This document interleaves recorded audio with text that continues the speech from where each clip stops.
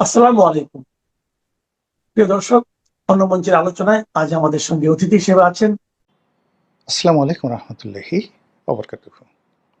সম্মানিত দর্শক, আপনারা যারা রাজনীতি নিয়ে চিন্তিত বা রাজনীতির ব্যাপারে যাদের আগ্রহ আছে কিংবা বাংলাদেশের সার্বিক বিষয়গুলো নিয়ে আপনারা যারা একটু চিন্তা ভাবনা করেন, তারা লক্ষ্য করলে দেখতে পারবেন যে সম্ভবত রাজনীতির যে গতি এবং পথ এটি স্বাভাবিকভাবে চলছে না। আপাত দৃষ্টিতে মনে হচ্ছে সব কিছু শুনশান। পুলিশের নিয়োগ বদলে চলছে, পার্লামেন্টের অধিবেশন শেষ হলো, প্রধানমন্ত্রী তার স্ত্রীকে নিয়ে শ্বশুরবাড়ির এলাকা সিলেটে গেলেন খাল কাটার জন্যে। প্রচণ্ড বৃষ্টির মধ্যে তিনি মাথায় ছাতি হাতে প্রথমে হযরত শাহজালাল রহমতুল্লাহ আলাইহির মাজারে গেলেন। সেখান থেকে বের হয়ে তিনি সার্কিট হাউসে গেলেন। সার্কিট হাউসে বারান্দায় দাঁড়িয়ে তিনি বৃষ্টি স্নাত সিলেট দেখলেন এবং সুরমা নদীর তীরের অপরূপ দৃশ্য সস্ত্রীক দেখলেন। সেই ছবি আমরা দেখলাম। এর বাইরে তিনি যখন খাল কাটতে যাচ্ছিলেন, সেই কোদালের শক্ত হাত, শ্রমিকের মতো একেবারে শক্ত হাতে তিনি সেই মাটি কাটছিলেন। আর এটাকে একটা উৎসব, মাটি কাটা কিন্তু একটা ভীষণ রকম উৎসবের কাজ। যারা কেটেছেন তারা বলতে পারবেন। আমরা গ্রাম অঞ্চলে কি হতো, এরকম যেটাকে বলা হতো ব্যাগার খাটানো। অনেক সময় কাজকর্ম থাকতো না, গ্রামের মাতব্বর সাহেব গ্রামের লোকজনদেরকে বলতেন যে আসো আমরা স্বেচ্ছাশ্রমের ভিত্তিতে এটা কাজ করি। কখনো পুকুর কাটা হতো, কখনো রাস্তা খনন করা হতো। মাতব্বর সাহেব বা মাতব্বর সাহেব তিনি হালকা অনেক সময় তার মানে অবস্থা অনুযায়ী সঙ্গতিপূর্ণ লোক হলে একটা ছাগল জবাই করে সবাইকে খাওয়াতেন, শ্রমিকদেরকে খাওয়াতেন, অথবা অনেক সময় শুধু খিচুড়ি খাওয়াতেন। তো এতেই মানুষ কাজ করে দিয়ে যেত। এবং আমরা যখন ছোট বাচ্চা ছেলে ছিলাম, আমরাও এরকম কাজ করতাম, ভীষণ রকম মজা লাগতো। মাটি কাটা একটা অন্যরকম একটা ভাবসাব। আমার নির্বাচনী এলাকাতে যখন আমি এমপি হলাম, তখন একটা বিরাট সিডর হলো। সিডরে বেশ কয়েকটি বাঁধ, মানে একেবারে খুব সেন্সিটিভ জায়গাতে অনেকগুলো বাঁধ ভেঙে গেল। এবং সেটা যদি আমি সরকারি কর্মের উপর নির্ভর করতাম, তাহলে হয়তো দেখা গেল যে ১ বছর ১.৫ বছর সে বাঁধ নির্মিত হতো কিনা পানি উন্নয়ন বোর্ডের টাকায়, এটা বলা যাচ্ছিল না। কিন্তু আমি জনগণকে আহ্বান করলাম যে আসেন আমরা নিজেরা স্বেচ্ছাশ্রমের ভিত্তিতে এই কাজটা করি। তো ওই সময়টাতে পটুয়াখালীতে যিনি ডিসি সাহেব ছিলেন, মিস্টার রিয়াজ, তিনি খুব খুশি হলেন আমার এই উদ্যোগে এবং তিনি বললেন যে ঠিক আছে, শ্রমিকদেরকে খাওয়ানোর জন্য তার যে ফান্ড আছে, জিআর ফান্ড আছে, সেখান থেকে তিনি চাল দেবেন। সেই চাল দিয়ে খিচুড়ি রান্না হবে। হাজার হাজার মানুষ, সেই ১০ থেকে ১৫,০০০ মানুষ রাস্তায় নেমে গেল। ডিসি সাহেব এলেন এবং ওখানে একজন সামরিক কর্মকর্তা ছিলেন, কর্নেল শাহাদাত, তিনিও এলেন। এবং সেই জনগণের যে উচ্ছ্বাস, সেই উচ্ছ্বাসের মধ্যে আমরা সবাই সেই মাটি কাটায় অংশ নিলাম। ডিসি সাহেব নামেননি, কিন্তু আমাকে পাবলিক আর ছাড়লো না, আমাকে টেনে টেনে একদম সে নামিয়ে দিল। নামিয়ে তারা সেই মাটি কাটলো, কেটে আবার আমার মাথায় সেই মাটির যেটাকে আমাদের স্থানীয় ভাষায় বলা হয় ওড়া বা ঝাঁকা, সেটা তুলে দিল। তারপর তারা ছবি তুললো, হই হুল্লোড় করলো এবং বিকেলবেলার মধ্যে রাস্তাঘাট নির্মিত হয়ে গেল। তো এরকম একটা স্বেচ্ছাশ্রমের একটা আলাদা আনন্দ আছে। জিয়াউর রহমান সাহেবের খাল কাটা আমি দেখেছি। আমি যখন সদরপুরে, সেই সদরপুরে তিনি যখন খাল কাটতে এলেন, হাজার হাজার মানুষ সেই খাল কাটাতে অংশগ্রহণ করলো এবং এটা একটা উৎসব ছিল। কিন্তু খাল আসলে কাটা হয়নি। সদরপুরে যেটাকে আমরা গাং বলি, পদ্মা নদী থেকে শুরু করে এটি সেই পিয়াজখালী হয়ে সদরপুর হয়ে একবার হাট কৃষ্ণপুর পর্যন্ত চলে গেছে। একটা সময় এখান দিয়ে স্টিমার চলতো। তো ওই যে গাং বা নদী, সেটা বর্ষাকালে ভয়ঙ্কর হয়ে যায়, শীতকালে একেবারে কিছুই থাকে না, সেটা খনন করার উদ্যোগ নেওয়া হলো। তো বিভিন্ন মানুষ বিভিন্ন জায়গাতে যায়, আনন্দ করে, ফুর্তি করে। প্রেসিডেন্টকে খুশি করার জন্য হয়তো দেখা গেল যে কোদাল নিয়ে আসে, ঘণ্টাখানেক খাল কাটে, এরপর ওটা আরও পরবর্তীতে বর্ষাকালে নদীর তীর ভেঙে আরও তছনছ হয়ে যায়। এরকম অন্যান্য এলাকাতে তার কোন খাল দিয়ে কতটা পানি প্রবাহিত হয়েছে, কোন খালের অস্তিত্ব কোন পর্যায়ে আছে, আই ডোন্ট নো। কিন্তু এখন আবার সেই খাল কাটার উন্মাদনা শুরু হয়েছে এবং অনেক জায়গাতে এটা নিয়ে যে নেতিবাচক ব্যবসা বাণিজ্য শুরু হয়েছে, দেখা গেল যে খাল কাটতে হবে, প্রধানমন্ত্রী খাল কাটতে হবে। তো খাল কাটার জন্য কি করতে হবে? খালের পাড়ে যত বাড়ি আছে ভাঙতে হবে। প্রধানমন্ত্রীর নির্দেশে খাল কাটতে হবে। খাল কাটার জন্য দেখা গেল যে ব্যক্তিগত জমি, ওর মধ্যে পাবলিকের জমি, সাধারণ গরিব মানুষের জমি, কয়েকটা ইন্টারনেটে দেখলাম, সেই জমির মধ্য থেকে সেই খালকে তার নাম করে ওখানকার যে টপ সয়েল মাটি নিয়ে, সেই এক্সকেভেটর দিয়ে মাটি তুলে শত শত হাজার হাজার ট্রাক সেই মাটি নিয়ে ইটভাটাগুলোতে তারা বিক্রি করে দিচ্ছে। মানে একটা বদমাইশ জাতি। আপনি এখানে ইচ্ছা করলে ভালো কাজ সবাইকে দ্বারা ইন জেনারেল করতে পারেন না। উইদাউট সিস্টেমে আমাদের জাতি আসলে অ্যাক্ট করে না। এরকম আমরা দেখছি যে প্রধানমন্ত্রী এই কাজ করছেন, তারপর স্বরাষ্ট্রমন্ত্রী থানায় যাচ্ছেন, অলনে সারপ্রাইজ ভিজিট করছেন। তিনি বলে দিয়েছেন যে থানায় কোনো রকম দালাল যেন না থাকে। তো তার সেই কথা ইথারে হারিয়ে যাবে না, মানে থানা দালাল মুক্ত হবে, এটা পরের বিষয়। মূল ব্যাপার হলো আমাদের যে পুলিশিং সিস্টেম, সেই পুলিশিং সিস্টেমটাতেই আসলে দালালটা অপরিহার্য হয়ে পড়েছে। দালাল ছাড়া আসলে পুলিশ বাঁচতে পারবে না, এটা একেবারে অপরিহার্য। তিনি এসে আমাদের মানে স্বরাষ্ট্রমন্ত্রী এবং যাকে ডিফ্যাক্টো প্রধানমন্ত্রী বলা হয়, তিনি অবশেষে সেই যে সারপ্রাইজ ভিজিটে গেছেন, থানাগুলো ভিজিট করছেন, এটা আমাদের দৃশ্যমান। জামাতের আমির তিনি জাপান গেছেন, জাপান ভ্রমণে গেছেন। কি কারণে গেছেন? হয়তো সাংগঠনিক কোনো কর্ম বা জাপান সরকারের সাথে তার কোনো বৈঠক থাকতে পারে। আর জাপান অনেক সময় করে কি, এরকম রাজনৈতিক যারা নেতৃবৃন্দ রয়েছেন তাদেরকে টার্গেট করে বা নিয়ে ওখানে একটা ফেলোশিপ দেয়, তাদেরকে ঘুরায়, তাদের সাথে বিভিন্ন কথাবার্তা বলে। আমারও এরকম একটা সুযোগ হয়েছিল জাপান সরকারের সঙ্গে একটা ফেলোশিপ নিয়ে কাজ করার। তো ওইভাবে ওনাকেও নিতে পারে, ওটাকে বলা হয় MOFA, minister of foreign affairs.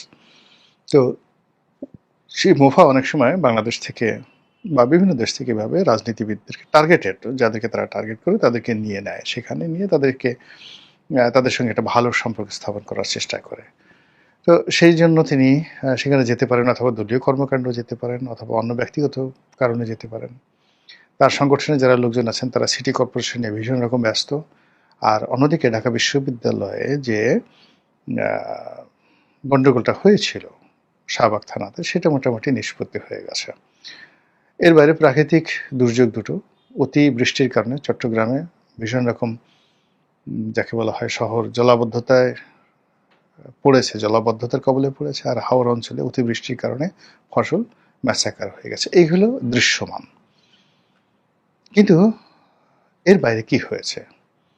এর বাইরে আমরা ভারতের যে ভিসা যে বন্ধ আছে, ভারত কথা বলেছে বা আশ্বাস দিয়েছে এই ভিসা খুব দ্রুত চালু হবে, সার্বজনীনভাবে মানুষ এখন থেকে ভারতের ভিসা নিতে পারবে। এটা হলো জাস্ট একটা আশ্বাস, এবং এই আশ্বাস ইনুজ্জামানের আমলে হয়েছিল। কিন্তু পরিস্থিতি যেভাবে এগুচ্ছে তাতে করে ভারতের সাথে যে বাংলাদেশের সম্পর্ক বা বিএনপির সম্পর্ক, এই সম্পর্কটি মনে হচ্ছে না যে খুব ভালো পর্যায়ে যাবে। বরং এটি ইনুজ্জামানার মতোই অনেকটা বুমেরাঙের দিকে যাচ্ছে বলেই মনে হচ্ছে। এই বিষয়গুলো নিয়ে আলোচনা করব। দ্বিতীয়ত হলো বিএনপির একটা টিম, বেশ বড়সড় টিম, আলতাফ হোসেন চৌধুরীর নেতৃত্বে, শামসুজ্জামান দুদু, আসাদুজ্জামান রিপন, নীলুফার চৌধুরী মনি থেকে শুরু করে আরও অনেকে, তারা চীন সফর করে এলেন। আমারও এরকম এমপি থাকাকালীন অবস্থায় চীন সফরে যাওয়ার সুযোগ হয়েছিল, এবং চীনের যারা কর্তা ব্যক্তি তারা কেন দাওয়াত দেয়, কি করে, এই বিষয়গুলো যতটুকু জানার চেষ্টা করেছি ওই সময়টাতে, যতটুকু বুঝেছি, তাতে মনে হচ্ছে যে চীন বাংলাদেশের ব্যাপারে আস্থা স্থাপন করতে পারছে না। অন্যদিকে আমেরিকা যেটা হচ্ছে, আমেরিকা বাংলাদেশের সঙ্গে যে একটা চুক্তি করেছে, সেই চুক্তির অনেকগুলো ধারা আছে। সেই ধারার একটি অংশ, মানে বিমান কিনতে হবে, এটা জাস্ট একটা যাকে বলা হয় আপনি খাবার শুরু করবেন, খাবারের আগে স্যুপ খায়, এরকম একটা স্যুপ, অন্থন দিয়ে স্যুপ খাচ্ছেন এরকম। কিন্তু মূল যে বিষয়টি আছে সেই বিষয়টি হলো এই চুক্তি সুদূর প্রসারী। এর একটা সামরিক অংশ আছে, এর একটা বেসামরিক অংশ আছে, এর একটা অ্যালাইনমেন্ট আছে, এর এগেনস্টে বার্মা অ্যাক্ট আছে, এর বিপরীতে সেন্ট মার্টিন আছে। সেখান থেকে অস্ত্র, গোলা বারুদ, কৃষিপণ্য, তারপরে শেষে খাদ্যদ্রব্য থেকে শুরু করে সব কিছু সেখান থেকে আমদানি করতে হবে, এবং আগামী একটা নির্দিষ্ট সময়ের মধ্যে $15 বিলিয়ন, বোঝার চেষ্টা করুন, $15 বিলিয়ন। এর মধ্যে আমরা মাত্র $3.5 বিলিয়ন মানে চুক্তি করেছি। তাহলে $3.5 বিলিয়ন চুক্তি করেছি, এর বাইরে আরও আমাদেরকে $11.5 বিলিয়ন আমদানি করতে হবে, এবং যে জিনিসগুলো আমদানি করতে হবে সেই জিনিসগুলো কৃষিপণ্য, এবং তাদের যে সকল কৃষিপণ্য পৃথিবীর যে কোনো দেশে এসছে এগুলো দামি এবং এগুলো হাইব্রিড, শরীরের জন্য এগুলো ভালো না। আমেরিকান যারা লোকজন আপনি দেখেন, একটা বিরাট বিরাট মোটা তাজা গাম্বুস টাইপের লোক, গায়ের চামড়াগুলো নষ্ট হয়ে গেছে। বেশিরভাগ এই চামড়াগুলো আপনি আমেরিকানদের যে চামড়া আপনি দেখবেন যে জ্বলে পড়ে ছারখার হয়ে গেছে। আপনি ছবিতে যত কাছাকাছি দেখেন, যত সুন্দর দেখেন, কাছাকাছি আপনি দেখবেন যে তারা যদি আপনার সামনে বসে, মেয়েরা বলেন ছেলেরা বলেন প্যান্টি পরে বলেন, আপনি দেখবেন তাদের স্কিন দেখে আপনি হ্যাপি হবেন না, আনহ্যাপি হবেন। চীনের যেমন মেয়েদের বা ছেলেদের যে গায়ের রঙটা অনেক সুন্দর, ঠিক আমেরিকানদের ওইরকম না। ওদের ওই আবহাওয়া, প্রকৃতি, খাদ্য অভ্যাস, তো এইগুলোর কারণে তাদের আসলে ওরকম চেহারা স্রোত নষ্ট হয়ে যায়। তো সেই খাবারগুলো আমাদের দেশে এখন তারা দেবে, সেটা সয়াবিন হোক, সূর্যমুখী তেল হোক, ওদের খেজুর হোক, ওদের পেট্রোলিয়াম হোক, তারা এই জিনিসগুলো দেবে এবং আনতে হবে। এবং এগুলো নিয়ে সরকারের উপর একটা নিদারুণ চাপ তৈরি করা হচ্ছে। সরকার এই কথাগুলো যদি না শুনে তাহলে পর্দার আড়ালে নানা রকম খেলাধুলা হবে। তো এই জিনিসগুলো মোটামুটি পর্দার আড়ালে চলছে, ভীষণ রকম চলছে। এবং এর ফলে কি হলো, আগামী দিনগুলোতে রাজনীতির যে হিসাব রয়েছে, পরিণতি রয়েছে, এগুলো সম্পূর্ণ পাল্টে যাবে। কেন পাল্টে যাবে, এরকম 5টি কারণ আমি আপনাদেরকে সংক্ষেপে বলার চেষ্টা করব। প্রথমত হলো যে এই অঞ্চলে ভারত কোনো অবস্থাতেই অন্য কোনো রাষ্ট্রের সঙ্গে বাংলাদেশের যে বন্ধুত্ব এবং সম্পর্ক এটা মানবে না। আচ্ছা, না মানলে তারা কি করবে? তারা কি আমাদের আক্রমণ করবে? না, তারা তাদের যে সফট পাওয়ারগুলো রয়েছে সেই সফট পাওয়ার দিয়ে সরকারকে রীতিমতো দৌড়ের উপর রাখবে। আপনি দেখুন, ডক্টর মোহাম্মদ ইউনূসের কিন্তু যে সরকার, সেই সরকার সবচেয়ে ভালো করার কথা। পশ্চিমা দুনিয়ার সঙ্গে তার খুব ভালো সম্পর্ক। তার সঙ্গে যারা যারা ছিলেন মোরলেস এদের যোগ্যতা নিয়ে আপনার কোনো রকম অভিযোগ নেই, এরা যথেষ্ট যোগ্যতা সম্পন্ন। কিন্তু কেবলমাত্র ভারতের যে সফট পাওয়ার, সেই সফট পাওয়ারের কারণে ব্যবসায়ী, সংবাদপত্র, বুদ্ধিজীবী এবং ভারতের যে সকল বন্ধু রাষ্ট্র রয়েছে তারা কেউ ডক্টর মোহাম্মদ ইউনূসকে সাহায্য এবং সহযোগিতা করেনি। এবং গ্লোবাল ইকোনমিতে ভারতের যে সকল প্রভাবশালী লোক রয়েছে, যত বিখ্যাত বিখ্যাত, সেটা ওয়ার্ল্ড ব্যাংক বলেন, IMF বলেন, এমনকি মার্কিন গভর্নমেন্টে বলেন, এখন ভারতের সরকার তারাই আসলে তাদের যে সিনিয়র সিটিজেন রয়েছেন বা সাকসেসফুল সিটিজেন রয়েছেন তারাই আসলে ওই জায়গাগুলো নেতৃত্ব দিচ্ছে। এবং সেটা শুধু ভারতে নয়, ইউরোপেও, সেটা শুধু আমেরিকা নয়, ইউরোপেও। তো ইউরোপ এবং আমেরিকাতে সমস্ত মাল্টিন্যাশনাল কোম্পানিগুলো, সমস্ত ফাইন্যান্সিয়াল ইনস্টিটিউশনগুলো, সমস্ত সরকারি যে বড় বড় জায়গাগুলো তারা নিয়ন্ত্রণ করছে ভারতীয় নাগরিকরা। একইভাবে যদি আপনি মালয়েশিয়া ধরেন, সিঙ্গাপুর, থাইল্যান্ড, এই 3টি দেশ, এখানেও ভারতের যে সফট পাওয়ার বিজনেসের ক্ষেত্রে, ব্যবসা বাণিজ্যের ক্ষেত্রে, অর্থনীতির ক্ষেত্রে এবং সংবাদপত্রের ক্ষেত্রে, ইন্টেলেকচুয়াল জগতে ভারতের আধিপত্য সীমাহীন। এবং এই আধিপত্য দিয়ে তারা যে ন্যারেটিভগুলো তৈরি করতে পারে বা পারবে, সেটা মোকাবেলা করার ক্ষমতা আমেরিকারও নেই, আমাদের তো দূরের কথা, আমেরিকারও নেই। কাজেই এই যে ভারতের সঙ্গে একটা ডিপ্লোম্যাসি গড়ে তোলা এবং তুলতে না পারা, এটা আমার কাছে মনে হচ্ছে 1 নম্বর কারণ। এই সরকারের যে কোর্স অফ অ্যাকশন, সেই কোর্স অফ অ্যাকশন পরিবর্তন করে দিবে। 2 নম্বর হলো যে চীন, এই সরকারকে চীন প্রলুব্ধ করছে, যেভাবে আওয়ামী লীগকে করতো তারা, যেভাবে শেখ হাসিনাকে করতো।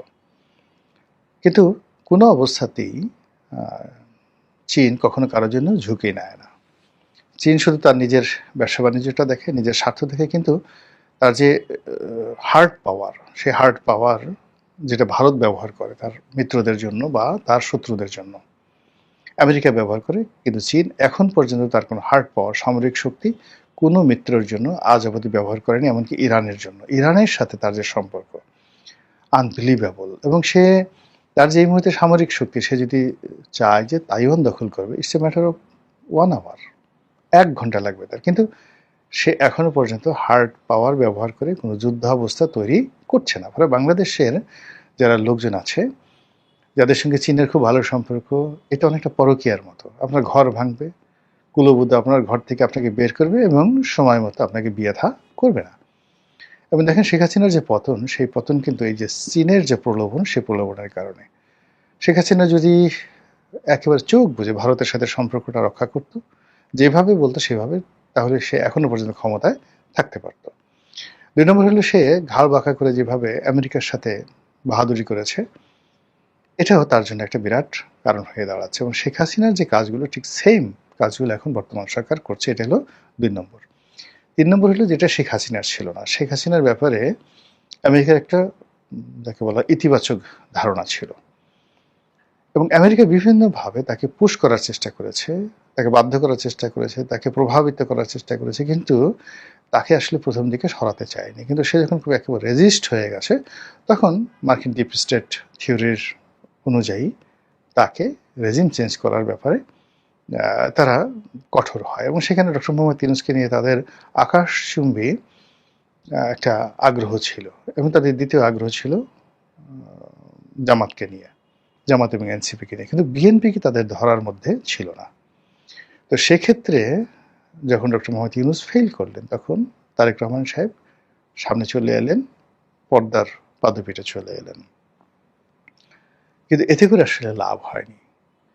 এতে করে লাভ হয়নি এই কারণ হলো যে আমেরিকা এমন একটা রাষ্ট্র, তারা যখন কারো ব্যাপারে কোনো নেতিবাচক সিদ্ধান্ত নেয়, ওটা আজীবন তারা নিতে থাকে।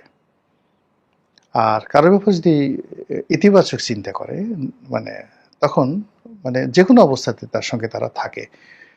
এরকম একটা ওদের একটা এটা ট্রাম্পকে দিয়ে আপনি বুঝতে পারবেন, ওদের ফরেন পলিসিটাই এরকম। তো সেই ক্ষেত্রে বিএনপি তারেক রহমান সাহেব সম্পর্কে আমেরিকার স্টেট ডিপার্টমেন্ট, তাদের পেন্টাগন, তাদের FBI, এই জায়গাগুলোতে যে দূরত্ব তৈরি হয়েছে, এটা এখনো পর্যন্ত নিষ্পত্তি হয়নি। ফলে কি হলো, আমেরিকা বর্তমান সরকারকে ইউজ করবে, কিন্তু কোনো অবস্থাতেই তাদের উপর নির্ভর করবে না, কোনো অবস্থাতে নির্ভর করবে না। এটি গেল 3 নম্বর। 4 নম্বরে যেটা আছে, যে সেটা হলো সরকার এই মুহূর্তে বন্ধুহীন। সরকারকে কেউ বিশ্বাস করছে না। Nobody is believing, neither আম জনতা, neither Aam Aadmi Party, neither আম তারেক, আর নাইদার জামাত। কেউ তাকে বিশ্বাস করছে না। আওয়ামী লীগ এই ভোটের সময় তাদেরকে বিশ্বাস করার চেষ্টা করেছিল, এখন আওয়ামী লীগ জামাতকে বিশ্বাস করবে, এনসিপিকে বিশ্বাস করবে, এমনকি ডক্টর ইউনূসকে বিশ্বাস করবে। কিন্তু বিএনপির সঙ্গে আওয়ামী লীগের যে একটা আন্ডারহ্যান্ড সমঝোতা হয়েছিল নির্বাচনের আগে, এবং এটা ভারত করে দিয়েছিল। বিকজ আমি অনেক যারা সংসদ সদস্য আছেন প্রভাবশালী, তাদের কয়েকজনের সঙ্গে কথা হলো। তো তারা যেটা খোলামেলা বললেন যে তারা তাদের নির্বাচনী এলাকায় বিএনপির প্রার্থীকে জিতিয়ে নেওয়ার জন্য নেতাকর্মীদেরকে নির্দেশ তারা দিয়েছিলেন। আমি বললাম কেন? বলে যে দাদারা বলেছেন, ভারত থেকে বলা হয়েছে, তারা এই কাজগুলো করেছে। এখন সেই কাজের যে ফলশ্রুতি, সেই ফলশ্রুতি আওয়ামী লীগও পাচ্ছে না, ভারতও পাচ্ছে না। ফলে ভারতের দাদারা এবং শেখ হাসিনার যে দল আওয়ামী লীগ, তারা এই সরকারকে আর বিশ্বাস করবে না, এবং বিশ্বাস না করার ফলে রাজপথে আপনি একের পর এক বিপর্যয় দেখতে পাবেন। 4 নম্বর গেল। 5 নম্বর হলো অর্থনৈতিক বিপর্যয়। বাস্তবতা হলো যে সরকারের হাতে টাকা নেই, রাষ্ট্রের হাতেও টাকা নেই। আমরা বলতে গেলে বন্ধুহীন। কূটনৈতিক বিশ্বে আমাদেরকে অর্থ দিয়ে সাহায্য করবে, তারপর আমাদের পাশে এসে দাঁড়াবে। বাংলাদেশও একটা সময় শ্রীলঙ্কাকে $20 লাখ দিয়েছিল, $2 মিলিয়ন। তো সেই $20 লাখ আবার তারা ফেরতে দিয়ে দিয়েছে। কিন্তু আমরা $20 লাখ কোনো একটা দেশ থেকে আনবো, আমাদের বিপদের সময় এরকম দেবে, এরকম কোনো রাষ্ট্র পৃথিবীতে এই মুহূর্তে নেই। সবাই চোখ উল্টে ফেলবে। কিন্তু এই যে এখন বাজেটারি সাপোর্ট দরকার, এখন সেই সাপোর্টের জন্য world bank, IMF, JICA, ADB, IDB এই সমস্ত প্রতিষ্ঠানের উপর নির্ভর করতে হচ্ছে। এবং এই সকল প্রতিষ্ঠান যখন আপনি খুব খারাপ অবস্থায় থাকেন, তখন আপনাকে স্কুইজ করতে থাকে, মসলাতে থাকে, এবং আপনার যত রস আছে সেই রসগুলো বের করার চেষ্টা করে। তো সেই দিক থেকে সরকারের যে সামনের যে দিনগুলো, সেই দিনগুলো এই 5টি কারণে ভালো যাবে না।